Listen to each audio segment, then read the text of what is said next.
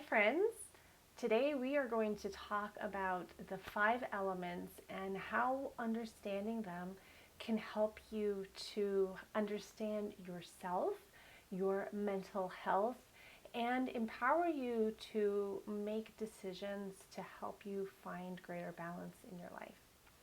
Now, the 5 elements, I'm not going to go too much into kind of what they are in the background, but they are, in Ayurveda, they're the building blocks of everything, and they are earth, water, fire, air, and ether. And we understand from the Ayurvedic framework that each of these has certain qualities to it, and it's for the most part um, pretty instinctual. So like starting with earth, going all the way up to ether, we go from heavier, denser, and stiller, like less movement, to lighter and greater movement. So when we're thinking about how the 5 elements apply to us and our mental health, we can think about it in terms of like kind of associating the words that we would say, like depression, I feel frustrated, I feel self-doubt, I feel overwhelmed, and knowing which elements those connect to. Having an understanding of the doshas is going to help you a lot here as well, and I'll add some links below if you're not familiar with the doshas, that'll help just reinforce this information. But the doshas are made up of the elements, so we're just going to stay here thinking about the elements. So if earth is the more heavier, less movement element, then the emotions that are like depression, lethargy, those are associated with having too much heaviness, having like too much earth, maybe too much water. Emotions that are more intense, more fiery, like anger, frustration, passion, resentment, that's all about the fire, baby. Lots of fire there. And then emotions that where you're kind of like really in your head, maybe spinning, maybe feeling totally like just disconnected, lack of focus. This is overwhelm, this is anxiety. A lot of self-doubt lives here too. Those are the elements of air and ether. And ether, it's like space, empty space, so it's just like a lot of nothingness, like completely disconnected to the ground.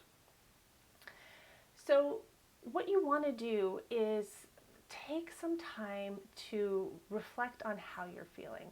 Now, I'm assuming you are pretty self-aware if you're watching this video. So notice what in your body, what kind of emotions are coming up. And you can think like, okay, if you're feeling a little bit of like frustration and overwhelm, just noticing that. And if you can, like what's the quality? Is this a lot of movement and ungroundedness? Is this some like fire and intensity? And then notice, okay, these are the elements that I'm noticing in myself. And then reflect on, well, what does the bigger picture of my life say about this? Is it, do I notice in general this a tendency for frustration, for me to be reactive? Is this a common thing? Do I notice a tendency to get like really stressed out as a pattern quite often? And then when you do that, you can be like, okay, that is indicating that I probably have a little too much fire, a little too much air and ether happening. So that's great to know, because when you know that and you're trying to make a decision on how to help yourself or like what to do moving forward, you can think about, oh, how do I balance these elements? If my tendency is these, how can I balance with the opposite, with what's going to bring it down? So in this case, for the fire, air, and ether, you'd probably want to balance with more earth and water. So it's like incorporating those concepts of stillness, of heaviness, of density, of like the movement of water, which is still connected, very connected, So how can you incorporate that metaphor into the things that you do, into the way that you think? And that leads to the self-care practices. The self-care practices and your mind management. So I know you already know a ton of those. So it's so helpful for you to try to like figure out on your own what elements relate to those. But if you need help, I do have a holistic guide to returning to work that has a whole um, beautiful spreadsheet of options for self-care, and that relates back to the 5 elements in many cases. But most self-care practices are very balancing for the air and ether and the fire and the stress. Basically, things that are grounding. Earth and water often need to be balanced with more intensity, more heat, and more action. That's just on a general level. So that is the concepts, and it's up to you to put them into practice, to be creative with what those look like.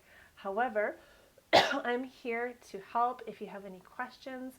Feel totally lost, which would be very normal if you are experiencing lots of air and ether. Don't hesitate to reach out. I am here to help. All right, thanks so much for watching. Take care, and I'll see you next time.